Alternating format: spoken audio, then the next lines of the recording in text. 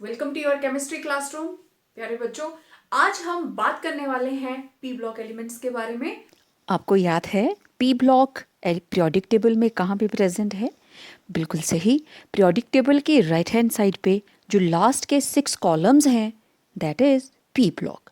और देखो इसकी खासियत ये है कि हर एलिमेंट में एंटर करने वाला लास्ट इलेक्ट्रॉन वैलेंस इलेक्ट्रॉन्स किस में प्रेजेंट है? पी सब शेल के अंदर। और आपको पता है पी सब शेल के अंदर हमारे पास 3 ऑर्बिटल्स होती हैं, means total 6 electrons it can accommodate. एक ऑर्बिटल में 2 आते हैं ना, तो 3 में आ गए 6। तो इन 6 कॉलम्स के अंदर ग्रुप 13 से लेके 18 तक हमारे पास टोटल 6 हैं और उनकी कॉन्फ़िगरेशन P1 से लेके P6 तक रहेगी। जैसे ग्रुप 13 इसमें है लास्ट में 3 valency electrons NS2 and P1। Then group 14 इसमें 4 valency electron NS2 NP2 and so on up to group 18 it will be NS2 NP6। तो हमारे सिलेबस में ग्रुप 13 और 14 रहेगा।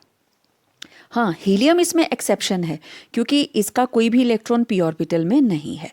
तो ये सारे के सारे पी ब्लॉक के टोटल 6 ग्रुप्स 13, 14, 15, 16, 17 एंड 18। तो पहले हम स्टार्ट करते हैं ग्रुप 13 से। It is also known as boron family. तो टोटल 5 मेंबर हैं इसके अंदर और सभी के पास 3 वैलेंसी इलेक्ट्रॉन्स हैं। और भी इनकी प्रॉपर्टीज़ के बारे में बात करेंगे। Different inner cores affect physical properties like atomic radius, inner ionic radius and ionization enthalpy। और हाँ, chemical properties भी इससे affect होती हैं। ठीक है, अब inner core अलग कैसे होगा वो हम जैसे जैसे आगे बढ़ेंगे आप देखते जाएंगे। पी ब्लॉक के अंदर आप देखो it's a combination of metal, non metals and metalloids. ये जितने भी आप ग्रुप्स के अंदर ग्रीन कलर में देख रहे हो these are typical non metals.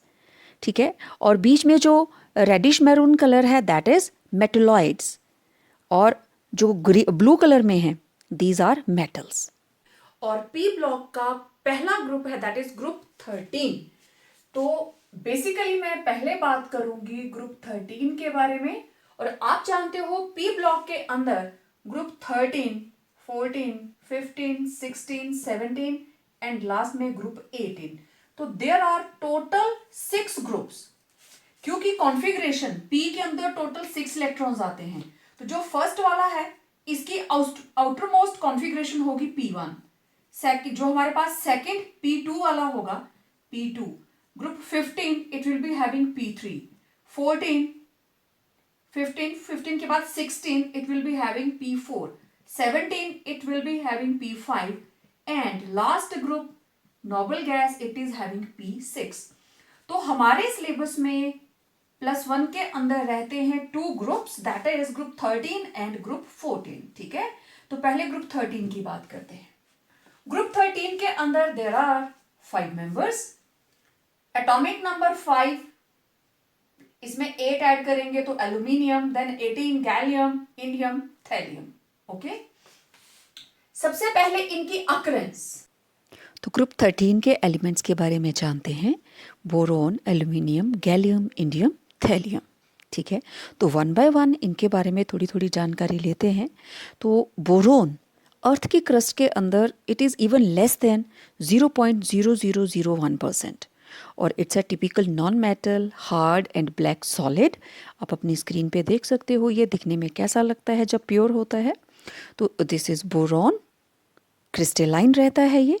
और दिस इज़ बोरोन पाउडर और क्रिस्टलाइन फॉर्म के अंदर भी इसकी एग्जिस्टेंस रहती है। तो these are the various allotropes of boron. Centre में है क्रिस्टलाइन बोरोन और साइड में है अल्फा बोरोन। तो बोरोन के हमारे पास 2 आइसोटॉप्स हैं, एक है B510 और दूसरा होता है B511। तो B510 जो है ये टोटल बोरोन का 19% है। अगर टोटल 100% है तो उसमें से 19% इज B510 और जो बाकी बचा 81% दैट इज B511। और B511 के अंदर हैं 6 न्यूट्रॉन्स और 10 वाले के अंदर हैं 5। अच्छा, बोरोन के अदर कंपाउंड्स या मैं कहूँ ओर्स जिसमें से हम बोरोन को निकाल सकते हैं these are orthoboric acid, kernite and borax. Borax Puga valley Ladakh में पाया जाता है और सांबर लेक राजस्थान के अंदर इसको हम निकालते हैं वहाँ से। Then aluminium. Aluminium is a widely used metal in your kitchen and in other जो भी आर्टिकल्स हैं। और एल्यूमिनियम की अबंडेंस की अगर हम बात करें तो it is the third most abundant element on earth's crust. और इसके important ores bauxite, cryolite and mica. Nature में कितना एग्जिस्ट करते हैं? Boron it is rarer element, free state में नहीं मिलेगा। अर्थ की क्रस्ट के अंदर इसकी कंपोजिशन है 0.001% by mass in earth crust. It occurs in combined state. और ये रहे इसके इंपॉर्टेंट ओर्स। एक एक नंबर के क्वेश्चंस हैं जो कुछ भी आपके बोर्ड के ऊपर लिखा हुआ है। तो बोरेक्स, कर्नाइट, कोलेमानाइट, ऑर्थोबोरिक एसिड, तो ये 4 इंपॉर्टेंट ओर्स हैं जिसमें से आप बोरोन को एक्सट्रैक्ट कर सकते हो। Now coming to aluminium. Aluminium is the first metal which is found in abundance. सबसे ज्यादा क्वांटिटी में मिलने वाली मेटल अर्थ की क्रस्ट के अंदर कौन सी है? Yes, aluminium. It is the most abundant metal, इस बात को समझने की कोशिश करना। And it is third most abundant element. अगर हम अर्थ की क्रस्ट को 100% लेते हैं तो नंबर 1 पे आती है oxygen. It is present 46% by mass in earth crust. जो आपको अर्थ का सॉलिड पार्ट नजर आता है सिलिका, उसमें क्या है? SiO2, oxygen double, silicon half. ठीक है, तो यही 2 एलिमेंट है जो अर्थ की क्रस्ट में सबसे ज्यादा हैं। मेटल्स कहां पाई जाती हैं? अर्थ के अंदर, अर्थ की क्रस्ट के अंदर। तो ये क्रस्ट किससे बनी हुई है? सिलिका से, SiO2। तो नंबर 1 पे element that is oxygen. It is the first most abundant element, most abundant element. ठीक है, and silicon is the second most abundant element. तो नंबर 3 पे कौन सा एलिमेंट आया? Aluminium, right. ऑक्सीजन 1 पे, सिलिकॉन नंबर 2 पे, एल्यूमिनियम नंबर 3 पे। अब एक चीज देखो, ये दोनों ही क्या है? Non metals. और एल्यूमिनियम क्या है? मेटल। तो यहां से देखो एक एक नंबर के कितने क्वेश्चंस आते हैं। Most abundant element oxygen, most abundant non metal oxygen, most abundant metal aluminium. समझ आ रही है बात? तो नॉन मेटल सबसे ज्यादा कौन सी है? Oxygen. Then by mass aluminium earth की क्रस्ट में कितना है? 8.3%। और एल्यूमिनियम के important ores bauxite, kaolinite and cryolite, right. तो ये आपके एक एक मार्क के क्वेश्चंस हैं। देन गैलियम, इंडियम, थैलियम, ये तीनों ही they are found in traces. अब आप हिसाब लगाइए, बोरोन 0.0001%, तो ये तो उससे भी कम क्वांटिटी में पाए जाते हैं। ठीक है, तो ये थी इनकी अक्रेंस। अब ये है ग्रुप 13 के मेंबर्स। ठीक है, group 13 atomic number 5, first member boron. Okay, configuration 1s2 2s2 2p1, aluminium 1s2 2s2 2p6 3s2 3p1, gallium it will be 4s1 4s2 4p1, indium it will be 5s2 5p1, thallium will be 6s2 6p1। और अगर आप generally देखें तो there general configuration is NS2 NP1। ठीक है, अच्छा अब देखो यहां पे था ग्रुप 1, उसके आगे था ग्रुप 2। ठीक है, S1 कॉन्फ़िगरेशन, S2 कॉन्फ़िगरेशन। अगर मैं सेकेंड पीरियड की बात करूं तो यहां पे था लिथियम, लिथियम के नेक्स्ट आया beryllium, atomic number 3, atomic number 4। फिर बीच में आपको पता है 1 2 3 4 5 6 7 8 9 10 का गैप है और इधर स्टार्ट हो जाता है इसके सामने बेरिलियम के सामने आएगा यहाँ पे बोरोन, राइट। बोरोन के आगे कार्बन, कार्बन के आगे nitrogen, oxygen, fluorine and neon. Periodic table याद है ना। तो ये बीच में डी ब्लॉक है, डी ब्लॉक को जंप किया, उसके बाद हम वहां बोरोन तक पहुंचे हैं, जबकि बोरोन के सामने नहीं आता है। बोरोन के बाद एल्यूमिनियम, और एल्यूमिनियम के बाद डी ब्लॉक है जो स्टार्ट होता है। मैं जस्ट ये बता रही हूं 3 4 एटॉमिक नंबर 5। तो यहां पे 1s2 2s1, next 2s2, next 2s2 complete, electron आया 2p1 में। तो electron is entering in the same shell.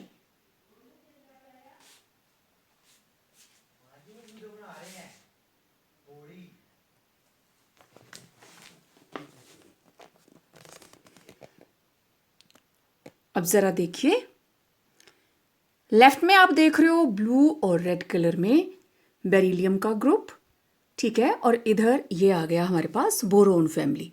Boron के नीचे है एल्यूमिनियम, बोरोन के नीचे एल्यूमिनियम, एल्यूमिनियम के नीचे गैलियम। गैलियम का एटॉमिक नंबर है 31। और अब जरा आप देखिए, कैल्शियम 20, उसके बाद 21, 22, 23, 4, 5, 6, 7, 8, 9, 10। गैलियम से पहले there are present 10 D electrons, D block के 10 एलिमेंट्स प्रेजेंट हैं। और ये चीज आगे हम यूज करने वाले हैं, इसलिए मैं आपको दिखा रही हूं। गैलियम के बाद है इंडियम। तो देखो, इंडियम से पहले भी 10 डी ब्लॉक एलिमेंट्स हैं, और थैलियम से पहले भी।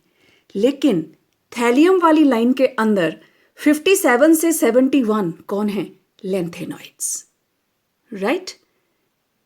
तो ये चीजें इधर हमारे काम आएंगी। अब देखिए, ये इनकी जनरल कॉन्फ़िगरेशन हो गई। तो आपने ये देखा, गैलियम से पहले ये है 31, तो यहां पे 20 था कैल्शियम, उसके बाद 21 से लेकर 30 scandium, titanium, vanadium, chromium, manganese, iron, cobalt, निकल and zinc. Atomic number 21, 22, 23, 24, 25, 6, 7, 8। Atomic number 29 copper and zinc is 30। और उसके बाद आता है गैलियम, एटॉमिक नंबर 31। मींस जब हम एल्यूमिनियम से गैलियम तक जंप किए, there are present 10 D electrons. और ये किसमें प्रेजेंट हैं? 3d10। जब हम इंडियम पे आते हैं, तो यहां पे एक तो 3d10 प्रेजेंट है, और साथ में 4d10। आप इसकी कॉन्फ़िगरेशन लिख के देख लीजिए। जब हम थैलियम पे आए, तो there are present 3d10, 4d10, 5d10 and also 4f14।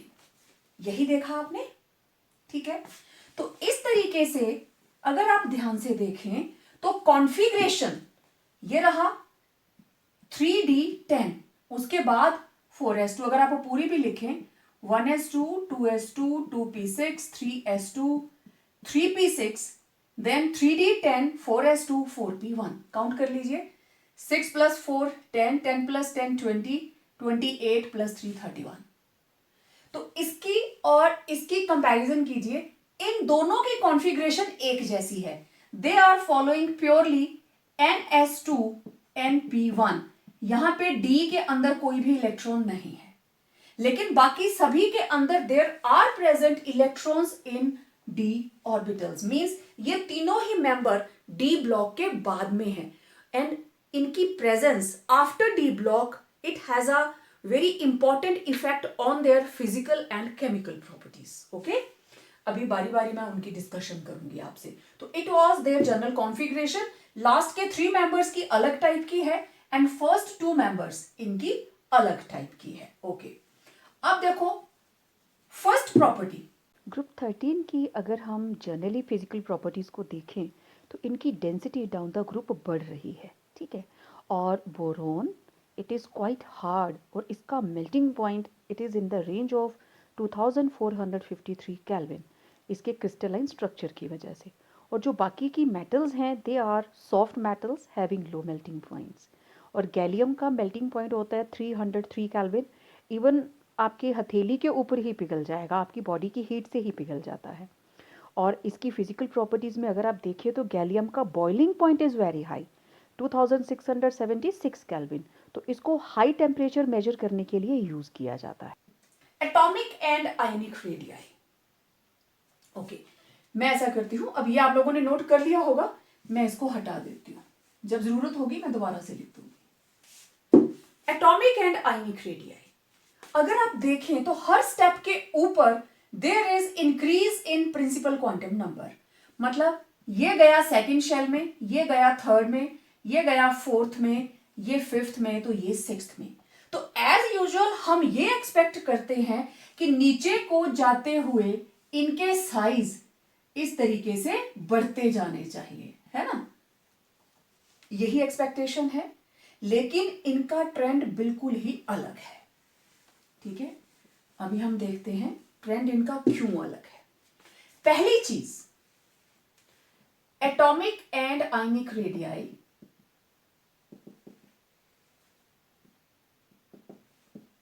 they are smaller than group 1 and group 2। ये ग्रुप 1 और ग्रुप 2 दोनों से ही स्मॉलर हैं। अच्छा, स्मॉलर क्यों है? क्योंकि ये कहां प्रेजेंट है? राइट हैंड साइड में। ठीक है, as electron enters in the same shell, electrons किसमें ऐड हो रहे हैं? सेम शेल के अंदर। And electrons in same shell have no screening effect. Same shell के अंदर के इलेक्ट्रॉन का स्क्रीनिंग इफेक्ट नहीं होता, have no screening effect. Therefore nuclear charge increases and hold of nucleus on outermost electrons increases। ठीक है, therefore size decreases along the period। that is why इनके जो एटॉमिक एंड आयनिक रेडियाई हैं, atomic and ionic radii of group 13 are smaller than group 1 and group 2। Clear? पहले question का answer हो गया कि इनके स्मॉलर होते हैं क्योंकि राइट हैंड साइड पे प्रेजेंट है, and along the period size decrease करता है। क्यों करता है? Here is the reason. Down the group, अब इनका ये तो हो गया कि इनसे फर्स्ट सेकेंड ग्रुप से हम इनका कंपैरिजन कर रहे हैं। ओके, अब डाउन द ग्रुप इनके एटॉमिक साइज को क्या होता है उसको बताने के लिए मैं इनके आयनिक रेडियाइज की वैल्यू लिख लेती हूं, एटॉमिक रेडियाइज की वैल्यू लिख लेती हूं। ठीक है, तो ये रहे इनके एटॉमिक रेडियाई। अब देखिए, आपके सामने मैंने बोरोन का एटॉमिक रेडियाई और आयनिक रेडियाई, और ये कौन सा है? जब ये बाहर वाले तीनों इलेक्ट्रॉन्स दे देते हैं। ठीक है, बाहर वाले इलेक्ट्रॉन्स इन्होंने दे दिए, तब दीज आर आउटरमोस्ट इलेक्ट्रॉन, सारे के सारे चले जाएंगे तो they will form M3 positive. Okay, अब जरा ट्रेंड देखिए, 85 से 143, 143 के बाद हो गया 135। मतलब यहां से यहां तक किया इंक्रीज, यहां से यहां तक किया डिक्रीज, और फिर उसके बाद फिर से क्या किया? इंक्रीज। मतलब बोरोन, एल्यूमिनियम, गैलियम, इंडियम और थैलियम। बोरोन का साइज बोरोन से एल्यूमिनियम का बड़ा है, लेकिन एल्यूमिनियम का साइज गैलियम से बड़ा है, इंडियम का गैलियम से बड़ा है, और थैलियम का इंडियम से बड़ा है। जबकि ट्रेंड क्या होना चाहिए था कि बोरोन से एल्यूमिनियम, सारे के सारे एरो ऐसे आने चाहिए थे, ऐसे आने चाहिए थे कि इनका साइज डाउन द ग्रुप बढ़ना चाहिए था, लेकिन there is anomalous observation। ठीक है, observation is this is the trend। मतलब aluminium has unexpectedly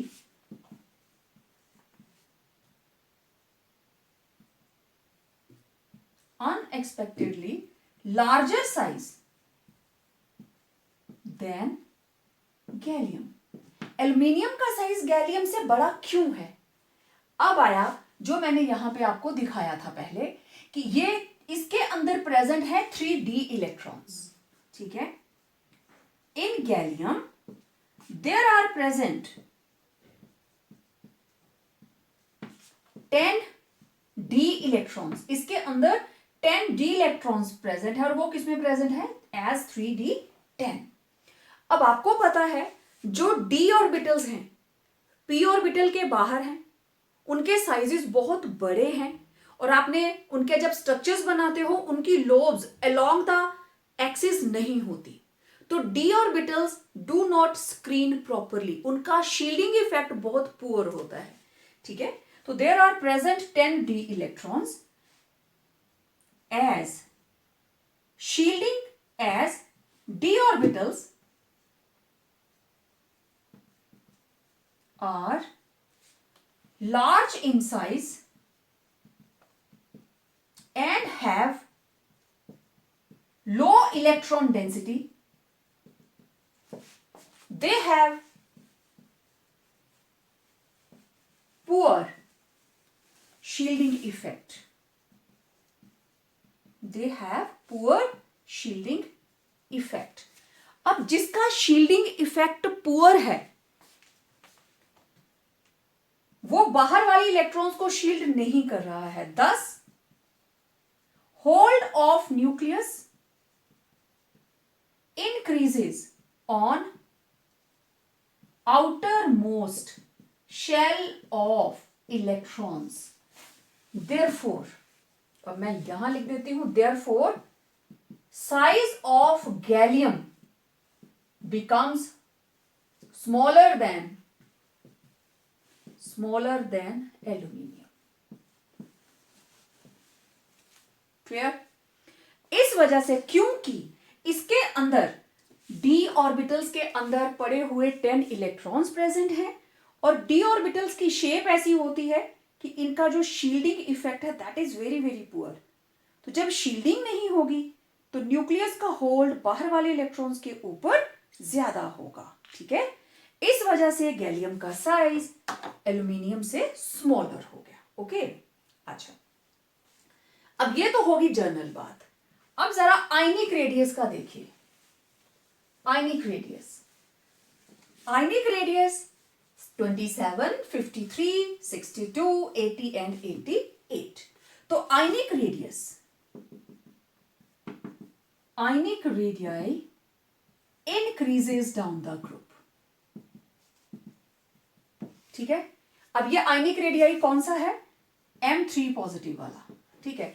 अगर आप ध्यान से देखें इनके पास NS2 and P1, अगर सिर्फ P वाला इलेक्ट्रॉन जाता है तो they will form M1 positive, और अगर ये दोनों चले जाते हैं SB और P भी, अगर अकेला P वाला गया तो 1, और अगर S and P दोनों के इलेक्ट्रॉन्स चले जाते हैं they will form M3 positive. तो ये कौन सी कंडीशन है जिसमें दोनों इलेक्ट्रॉन्स चले गए हैं? M3 positive. और अगर आप इनका M1 पॉजिटिव के रेडियस देखो तो दैट इज 120, 40, 50, 120, 140, 150, ये दोनों ही नहीं है, this is M1 positive. Boron और एल्यूमिनियम का +1 कभी नहीं बनता, इसीलिए उनका आयनिक रेडियस भी नहीं है। लेकिन बाकी के मेंबर +3 ऑक्सीडेशन स्टेट दिखाते हैं। तो आयनिक रेडियाई के अंदर ये जो नीचे वाले मेंबर्स हैं ये +1 ऑक्सीडेशन स्टेट भी दिखाते हैं, जबकि ये वाले जो है ये +1 नहीं दिखाते, दे प्रेफरेबली शो +3 ऑक्सीडेशन स्टेट। तो उनका ट्रेंड भी सेम है, इंक्रीजेस डाउन द ग्रुप, दोनों का ही, ठीक है। तो आयनिक रेडियाई कोई भी हो, M3 positive and M1 positive, दोनों का ही डाउन द ग्रुप इंक्रीज कर रहा है, ठीक है। अब बात करेंगे हम आयोनाइजेशन एंथैल्पी की। अब देखिए आयोनाइजेशन एंथैल्पी, ये रहा ग्रुप 13 के मेंबर्स और ये है इनके atomic radii, it is in picometer, right, क्योंकि यहीं से हमें आइडिया मिलेगा इनकी आयोनाइजेशन एंथैल्पी का। तो जो ट्रेंड इनके एटॉमिक रेडियस का है वही ट्रेंड इसका है। आप देख लीजिए, बोरोन की आयोनाइजेशन एंथैल्पी एल्यूमिनियम से ज्यादा, गैलियम की एल्यूमिनियम से ज्यादा, देन गैलियम की इंडियम से ज्यादा और थैलियम की इंडियम से ज्यादा। जिस तरीके से उनका साइज है उसी तरीके से उनकी वैल्यूज होंगी। ठीक है, तो यहां से यहां अब आयनाइजेशन एंथैल्पी की मेन बात क्या है? Boron has highest value of ionisation enthalpy. बाकी मेंबर से इसकी आयनाइजेशन एंथैल्पी सबसे ज्यादा है। साइज को देख लीजिए, this is due to very very very small size, क्योंकि इसका साइज बहुत ही स्मॉल है। और आप चाहे फर्स्ट आयनाइजेशन एंथैल्पी देखें, सेकंड देखें या थर्ड देखें, ट्रेंड यही है। ठीक है, तो ionization enthalpy decreases up to aluminium and then increases to gallium. ठीक है, as size of gallium is smaller than aluminium. क्योंकि गैलियम का साइज एल्यूमिनियम से छोटा है, इसलिए गैलियम की आयनाइजेशन एंथैल्पी एल्यूमिनियम से ज्यादा है। अब आगे देखो, साइज बड़ा हो गया तो इसकी आयनाइजेशन एंथैल्पी डिक्रीज होगी। थैलियम का साइज दोनों का ऑलमोस्ट सेम है, लेकिन उसकी आयनाइजेशन एंथैल्पी ज्यादा है। इसका भी देखिए, अब ये मैं फर्स्ट वाले की बात कर रही हूं। IE1 of thallium is greater than indium. Reason, thallium के अंदर कौन कौन प्रेजेंट है भाई? 3D10, 4D10, 5D10 and 4F14। जबकि इंडियम, यहां पे इंडियम के अंदर है 3D10 electron, 4D10 electrons and 5D10 electrons. Thallium के अंदर in additional there are present 4F electrons. और आपको पता है F electrons, F orbitals D से भी गई गुजरी होती हैं। D वाली तो डिफ्यूज्ड है, दीज आर फ्यूज्ड। ये बिल्कुल भी स्क्रीनिंग नहीं करती। स्क्रीनिंग तो नहीं की, लेकिन at the same time 14 unit nucleus का चार्ज तो बढ़ा ना। ठीक है, तो थैलियम का साइज बड़ा क्यों है? Due to the presence of 14F electrons. किसमें प्रेजेंट है वो? 4F के अंदर। There is increase in nuclear charge, but F electrons 14, but 14 F electrons do not shield. Therefore, hold of nucleus increases on outermost electrons. Thus, ionization enthalpy of thallium becomes greater than indium, क्योंकि indium के अंदर सिर्फ D वाले हैं और इसके अंदर तो F भी आ गए। ठीक है, तो साइज बाहर वाली शेल के ऊपर बढ़ जाता है। अब इसके अंदर टोटल कितनी शेल्स हैं? 6। अभी देखना आप, तो ये रही first shell, second shell, third shell, fourth shell, fifth shell, और ये रही सिक्स्थ शेल।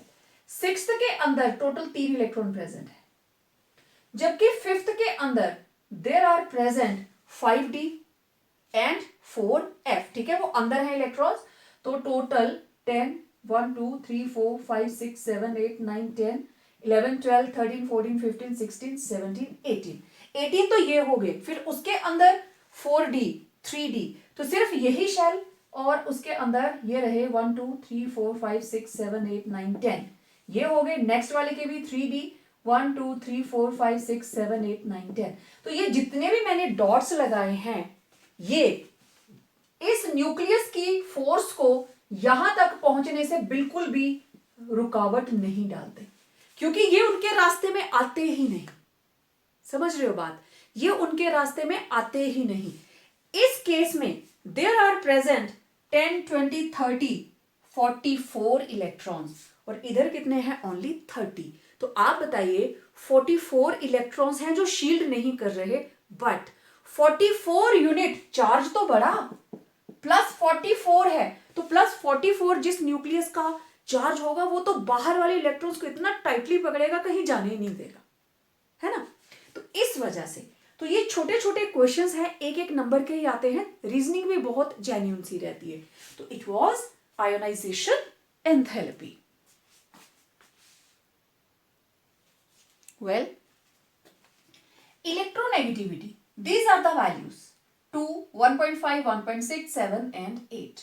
मतलब यहां से यहां तक it decreases, यहां से यहां increases, ठीक है। it decreases from boron to aluminium। आप कंपैरिजन दे सकते हैं कहां से, इनके एटॉमिक साइज से, क्योंकि एटॉमिक साइज क्या कर रहा है, यहां से यहां तक क्या कर रहा है, इंक्रीज, फिर यहां से यहां क्या किया, डिक्रीज, और फिर यहां से यहां क्या किया, इंक्रीज। तो उसी हिसाब से इनकी आयनाइजेशन एंथैल्पी को आप कंपैरिजन दे सकते हैं।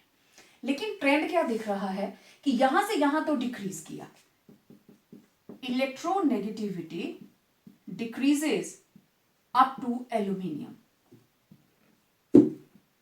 Up to aluminium due to increase in size, ठीक। दूसरी बात, it increases, electronegativity increases from, चलो मैं ऐसे लिखती हूं, electronegativity of gallium is greater than aluminium. Gallium की है 1.6 और एल्यूमिनियम की है 1.5, जबकि होना क्या था, गैलियम एल्यूमिनियम के नीचे है तो साइज बड़ा होना चाहिए था और इलेक्ट्रोनेगेटिविटी कम होनी चाहिए थी, ठीक है। ये किस वजह से हुआ, due to the presence of 10 d electrons present in 3d orbital which are poor shielder nuclear charge increases and hold of nucleus increases on outermost shell of electrons. Therefore, size decreases and electronegativity increases। तो ये electronegativity gallium की इससे ज्यादा, और उसके आगे का trend, अब electronegativity increases down the group after gallium। Reason, indium और thallium.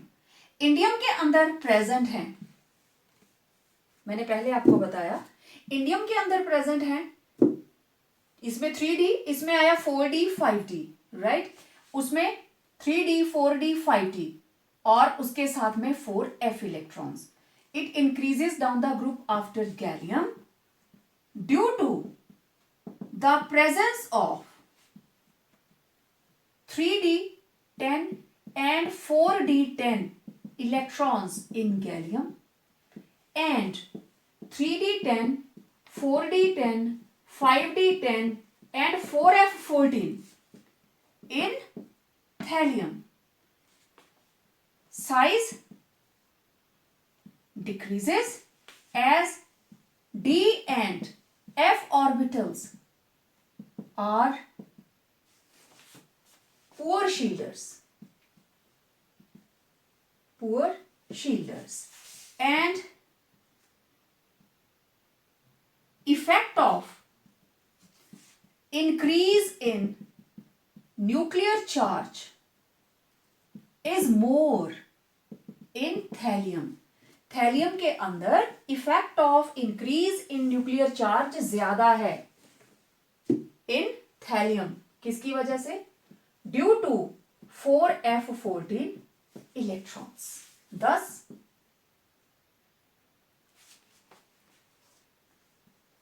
hold of nucleus is more in thallium as compared to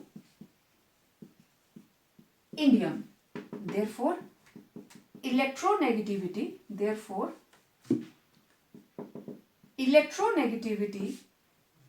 increases down the group as gallium से ज्यादा इंडियम की और इंडियम से ज्यादा थैलियम की वैल्यूज ऊपर लिखी है. ठीक है, तो ये हो गया हमारे पास इलेक्ट्रोनेगेटिविटी. देखो जितनी इलेक्ट्रोनेगेटिविटी ज्यादा हो रही है मींस इनकी क्लोज पैकिंग ज्यादा हो रही है. अब देखो density, it also decreases down the group as their size decrease down the group, and due to smaller size they are closely packed, and also atomic mass increases down the group. Therefore their density increases. Boron and aluminium इनको बोला जाता है lighter metals. These are lighter elements. और बाकी के जो हैं gallium, indium, thallium, these are heavier elements. Small size, they are more closely packed and also atomic mass increases down the group, इसलिए इनकी डेंसिटी इंक्रीज कर जाती है. बोरोन और एल्यूमिनियम को बोलते हैं लाइटर एलिमेंट्स और बाकी के जो तीन है they are known as heavier elements. ठीक है, ये थी डेंसिटी. अब देखो इलेक्ट्रोपॉजिटिव कैरेक्टर. इलेक्ट्रोपॉजिटिव कैरेक्टर मतलब इलेक्ट्रॉन देने की टेंडेंसी. ठीक है,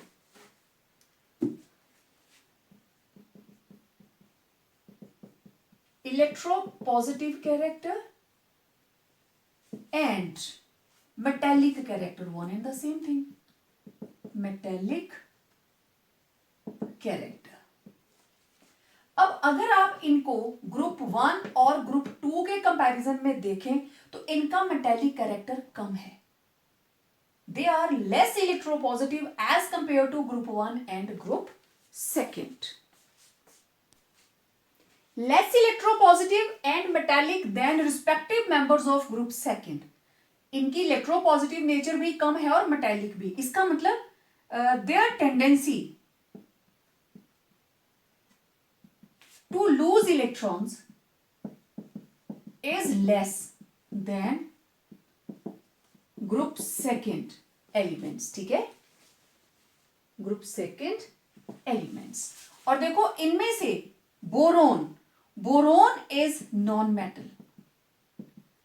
Boron is a non-metal while aluminium, gallium, indium and thallium, these are typical metals.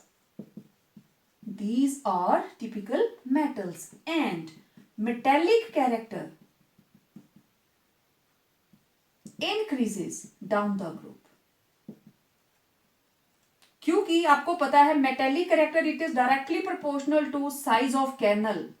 और आपने देखा है कैर्नल का size down the group small होता जा रहा है. ठीक है, it is inversely proportional to size of kernel और कैर्नल का size down the group small होता जा रहा है. नंबर ऑफ इलेक्ट्रॉन्स ग्रुप 2 के कंपैरिजन में ज्यादा है, directly proportional to number of valence electrons. और इसके अंदर है 3 valence electron as compare to group 2 जिसमें कितने थे 2. ठीक है, ओके. ये था इलेक्ट्रोपॉजिटिव कैरेक्टर. और boron it's a non metal और it is quite hard. Boron जो है it is quite hard and black in nature, black in colour. Okay, अब देखिए मेल्टिंग और boiling point. Melting and boiling point, no regular trend. आप नहीं बोल सकते कि डाउन द ग्रुप बढ़ेंगे या घटेंगे. आप इनको एक लाइन में कंपाइल नहीं कर सकते. अब जरा दोनों ट्रेंड देखिए, मेल्टिंग और बॉइलिंग. मेल्टिंग पॉइंट बोरोन का सबसे ज्यादा, वेरी वेरी हाई. मैंने बताया था क्वाइट हार्ड होता है ये. ओके, उसके बाद एल्यूमिनियम 933, गैलियम बहुत कम, इंडियम का गैलियम से ज्यादा, थैलियम का इंडियम से ज्यादा. तो ट्रेंड क्या हुआ, melting point decreases from boron to aluminium, then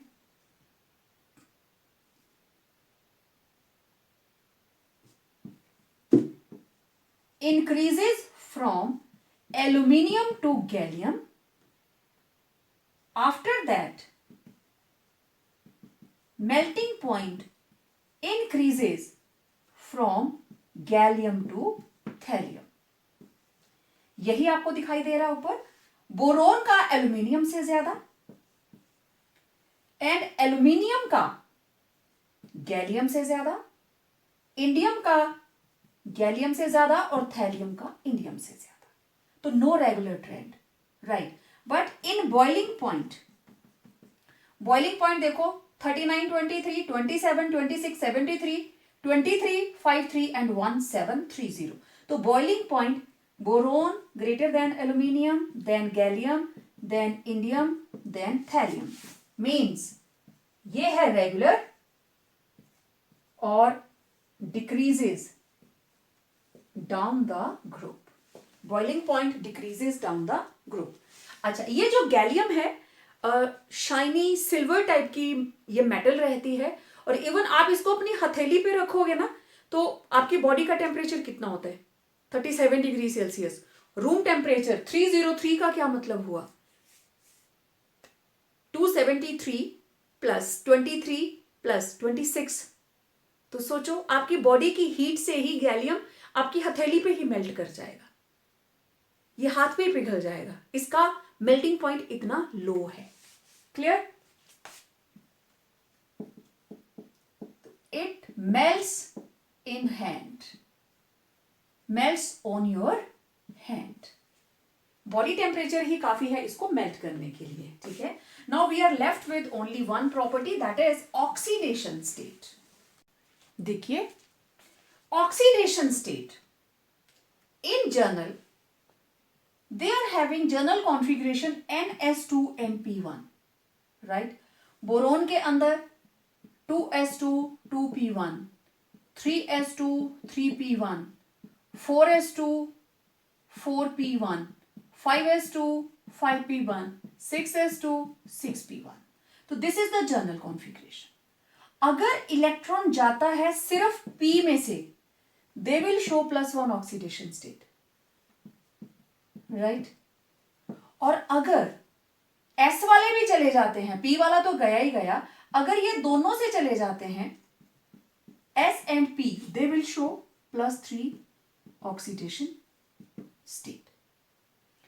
अब देखो, जब हम डाउन द ग्रुप मूव करते हैं, when we move down the group, क्योंकि एल्यूमिनियम से आगे, अब एल्यूमिनियम +1 क्यों नहीं दिखाता, गैलियम +1 भी दिखाता है, +3 भी दिखाता है. मतलब इसका एक टेंडेंसी ऐसी आती है सिर्फ P का इलेक्ट्रॉन जाता है और 3 के अंदर S और P दोनों के जा रहे हैं.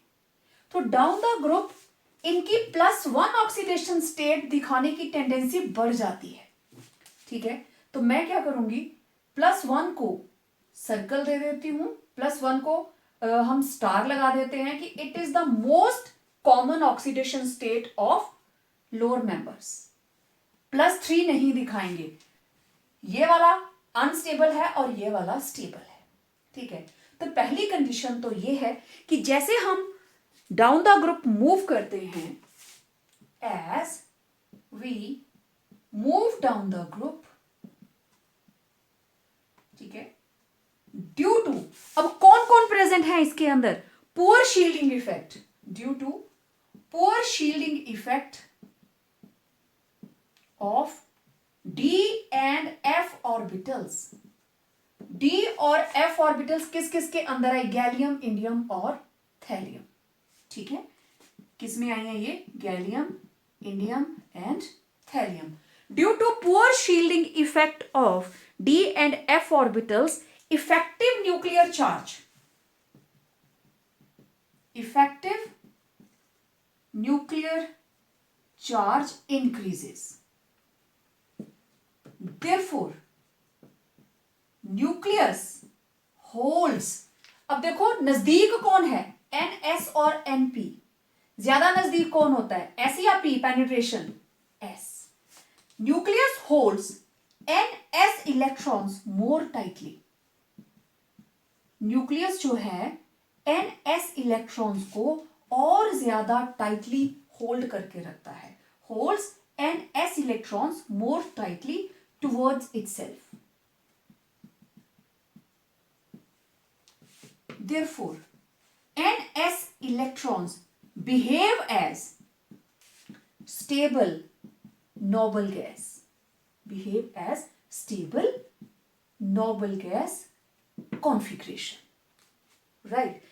ये tightly held हो जाएंगे. They will behave as stable noble gas configuration. Thus, only p electron, p में एक ही है ना, only p electron और वो 1 है, will take part in chemical bonding.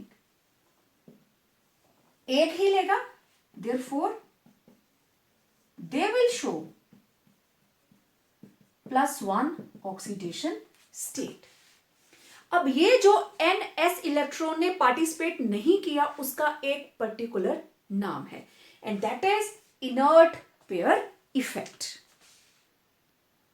अब देखो s इलेक्ट्रॉन्स को उसने टाइटली पकड़ लिया, ठीक है, due to the presence of d and f electrons. तो this trend of participation of only p electrons, सिर्फ p इलेक्ट्रॉन्स पार्टिसिपेट कर रहे हैं, this is known as inert pair effect. Exam के अंदर what is inert pair effect question आता है. What is inert pair effect? तो ये है क्या? It is the reluctance. Reluctance क्या होता है? Sometimes you people become reluctance to some work provided by your parents कि नहीं मुझे मोबाइल पे गेम खेलनी है, मुझे ये काम नहीं करना, आप मना कर देते हो. This is called reluctance. तो s इलेक्ट्रॉन्स भी रिलक्टेंस हो गए, हमें पार्टिसिपेट नहीं करना है क्योंकि d और f इलेक्ट्रॉन्स की वजह से न्यूक्लियस का होल्ड आउटर मोस्ट शेल के ऊपर बढ़ गया. अब उसमें दो तरह की शेल्स हैं, एक है s और एक है p. s जो सब शेल है it is more near to the nucleus as compare to p. Penetration effect. तो s वाले जो इलेक्ट्रॉन्स हैं वो न्यूक्लियस के ज्यादा नजदीक, और वैसे भी वो स्फेरिकल होता है तो उसके ऊपर होल्ड ज्यादा रहता है. p ऑर्बिटल्स की शेप आपको याद है, डंबल, ठीक है, ऐसे करके. तो उसका इस तरीके से, तो यहां पे इलेक्ट्रॉन डेंसिटी कम रहती है. तो इसका मतलब s इलेक्ट्रॉन्स को वो टाइटली पकड़ के रखता है, उनको पार्टिसिपेट नहीं करने देता है. तो उस वजह से इट इज द रिलक्टेंस और inertness of valence s electrons, किसके? Of heavier elements of p block to take part in bond formation due to ineffective shielding of these electrons from the attraction of nucleus by the intervening d and f electrons. This is called inert pair effect. और ये जो inert pair effect है down the group बढ़ता जाता है, ठीक है. तो मैं यहां लिख देती हूं. इसके बाद inert pair effect increases down the group due to increase in number of d and f electrons. जितने d और f इलेक्ट्रॉन्स बढ़ते जाएंगे उतना ही इनर्ट पेयर इफेक्ट बढ़ता जाएगा. तो इंडियम से ज्यादा थैलियम में, मींस ये +1 ऑक्सीडेशन स्टेट ज्यादा दिखाते हैं एज कंपेयर टू +3, क्योंकि उसके लिए उनको s इलेक्ट्रॉन्स को भेजना पड़ेगा. So this is inert pair effect. Question आता है thallium chloride is more stable than thallium trichloride. Why? देखो 1 मार्क आंसर लिखना हो तो you can write due to inert pair effect, ठीक है.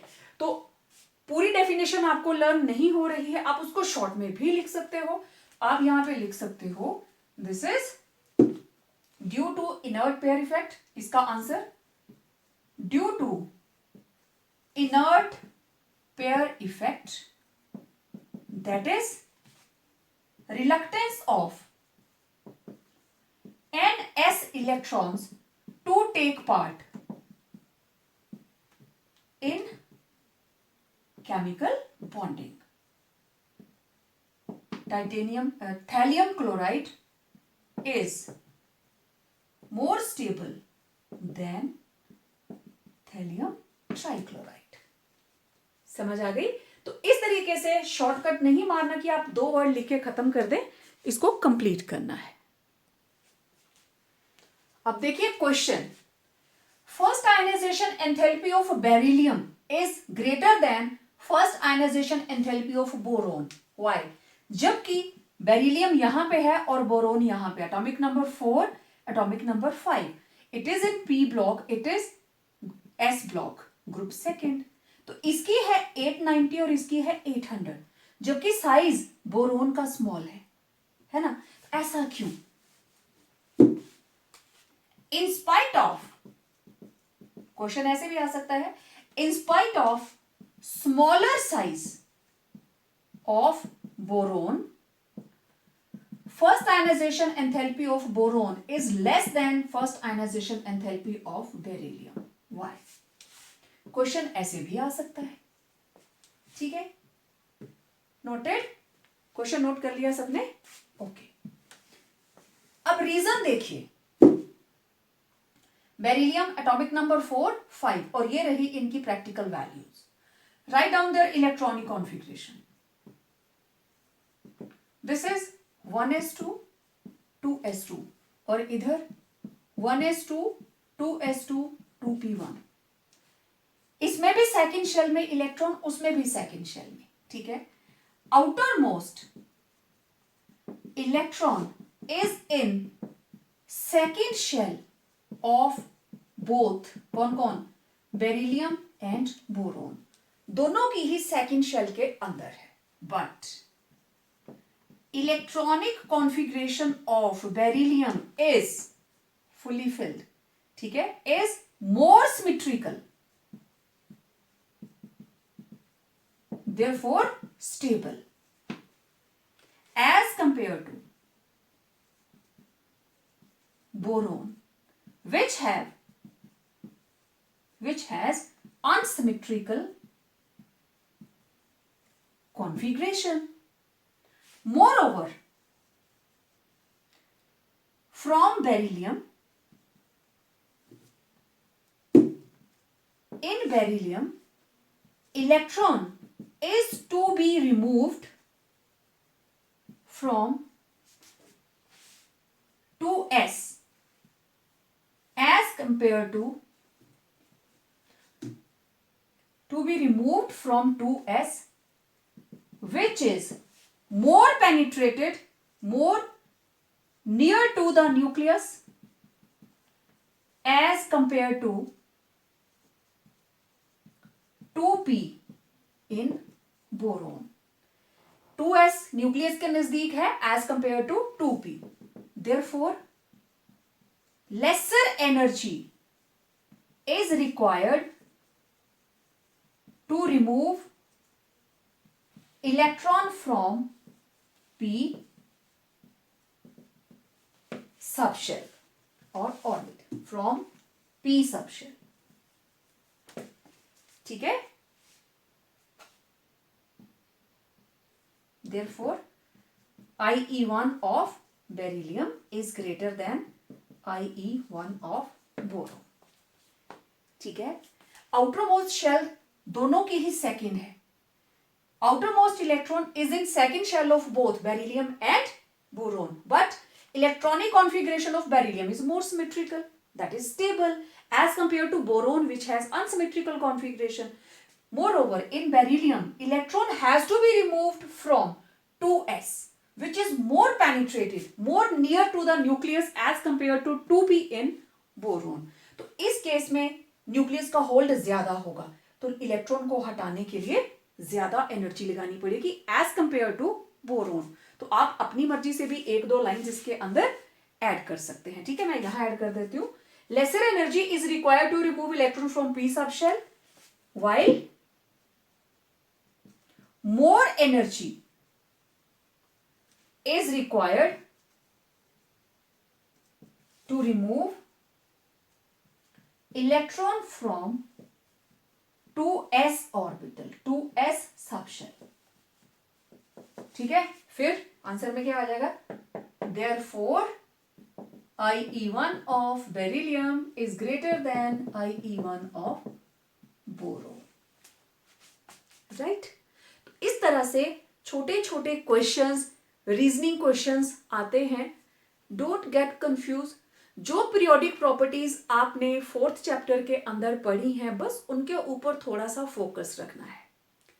नहीं याद आ रही हैं तो आप एक बार वो प्लेलिस्ट देख लीजिए.